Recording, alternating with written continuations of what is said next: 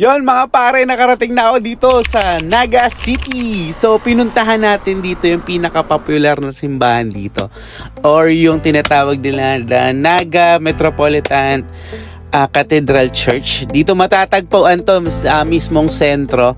So kapansin-pansin or mapapansin nyo talaga yung structure design nung simbahan. Na-establish to noong 1843 ayon kay Wikipedia. So pinasok namin tong loob, or pinasok ko yung loob para ma-explore din. So tinago ko gaano yung camera ko, or hindi ako na masyado nakapag-video dito sa loob para din syempre respeto na rin sa loob ng simbahan. So ang marami-rami akong video is dun sa labas mismo.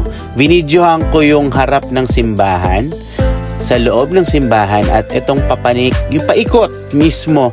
Yun nga, tapos itong harap nito makikita niyo yung Porta Mariae na arko, ayan. Tapos ito yung medyo itaas na view.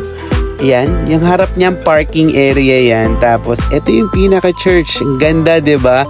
So nakaka-amaze talaga makakita ng ganitong simbahan. So enjoy niyo yung video. Tapos comment kayo kung ano pa yung gusto mong puntahan natin.